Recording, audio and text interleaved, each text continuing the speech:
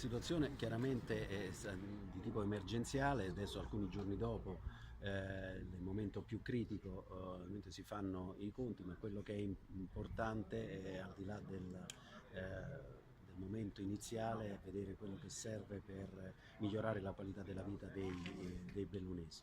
Assegnazione di nuovo personale che sta arrivando in tutto il Veneto, in particolare qui nel Bellunese. Di quanti uomini stiamo parlando, uomini e donne? Sì, uomini e donne, esattamente.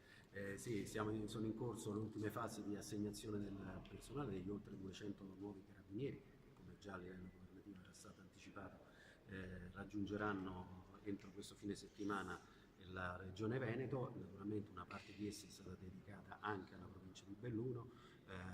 Siamo in questo momento circa meteorologico che a causa di intense piogge e forte vento provocava un severo dissesto idrogeologico, interveniva con tutti i suoi effettivi nelle zone più colpite del territorio, con prontezza e tempestività, dimostrando un'altissima professionalità e umanità, così fornendo il primo concreto aiuto alla popolazione in seria difficoltà.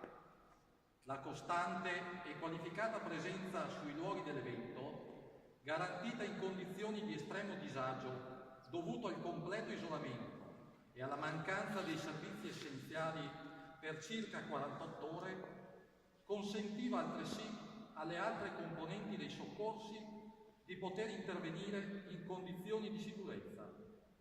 Provincia di Belluno, dal 29 ottobre al 7 novembre 2018. Grazie ancora e grazie soprattutto ai suoi.